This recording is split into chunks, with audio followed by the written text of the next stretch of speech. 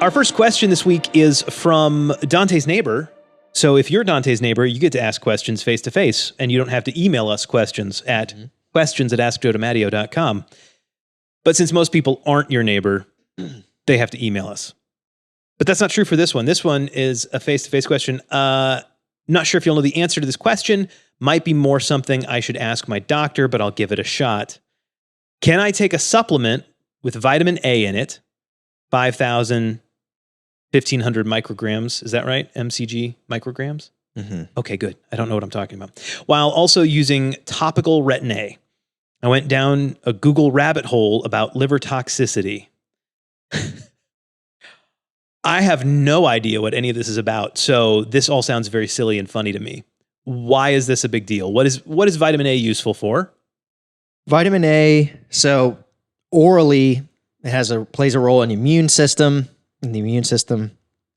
vision, bone and cartilage development.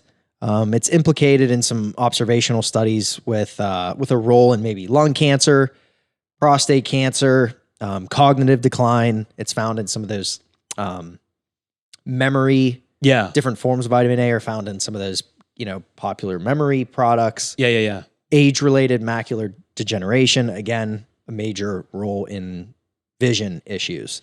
But topically speaking, it does treat a variety of, skin issues, whether that's acne or vitamin A does? Vitamin A, certain forms of vitamin A. Is yes. Retin A related to vitamin A? Yes. Oh! Yeah, so vitamin A, so to kind of square the circle with terminology, so vitamin A is synonymous with retinol, technically. Oh. And so that's where the Retin A is just the trade name for tretinoin, which is the technical name, which is a retinoid. Okay. And so it's just these classifications. Now, as far as the vitamin A, again, which is synonymous with retinol, it comes from our diet in two forms. And so preformed A is the retinol portion, which is the more potentially toxic version that you want to watch out for. Okay. And then provitamin A refers to carotenoids. Okay, so like carrots. Carrots. That's it. That's the answer, right?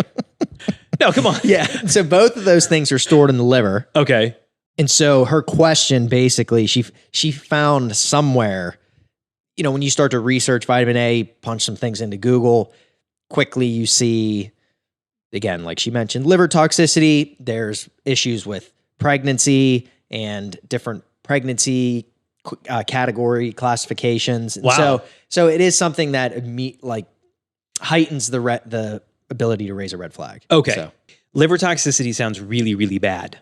What is it specifically? What does that look like? What does that cause in a person? How would they know that's what's going on? Yeah. So acutely, whether it's accidental ingestion or in her case, she was, taking supplemental vitamin A in the retinol form and the preformed source of vitamin A, that over time you start to accumulate this fat soluble vitamin. Oh, it builds up. Yes. And so it's hard to even tell looking at, from what I understand, it's hard to tell even just looking at somebody's blood work that there's an acute situation or a chronic situation of vitamin A toxicity. It's like, so you can only kind of recognize what's happening potentially based on reports you get from the individual or some of these non-specific clinical aspects. So you have nausea and vomiting, headache, increased intracranial pressure, which is pretty serious. Yeah. More chronic changes would be changes in your hair, skin, nails. We mentioned liver issues, abnormal liver test results.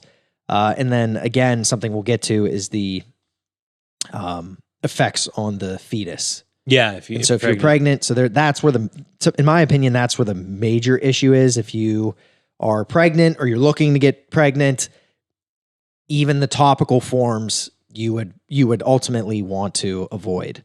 Okay, so let's say that very clearly. Yeah. If you are pregnant or looking to become pregnant, do not take vitamin A or other retinoid medications or supplements. Exactly. And so there were in vitro studies years ago that showed that even the topical forms that you were using, there can be some potential issues with that accumulating in the blood. Even though it was a topical form, it has to do even with the amount of surface area that you're applying it to. Sure. There are a lot of factors.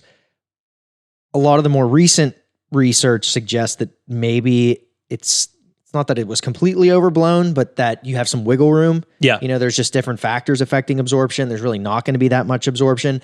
But in something like pregnancy, you don't even want to touch this with a 10-foot pole, basically. Right. And I get that. Until we know that it's totally safe. Yeah, it's not worth it. Yeah. And so that's why tretinoin and differin, they're categorized as category C.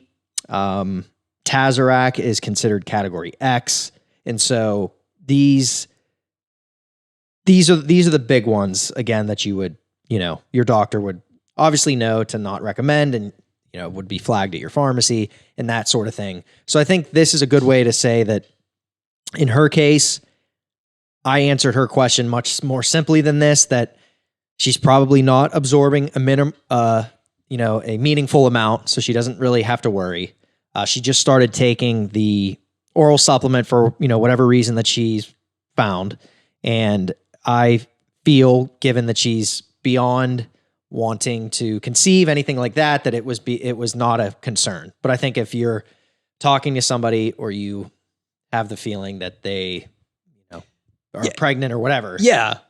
Yeah. For somebody who could become pregnant or is in that childbearing age, be aware of that if this is something you're looking into. All right. And I just have to make a side point. The part of the question that said, is this not even sure that this is a question that you can answer? Isn't that exactly what this sort of thing is? Like, you're supposed to be able to answer these questions as a pharmacist, right?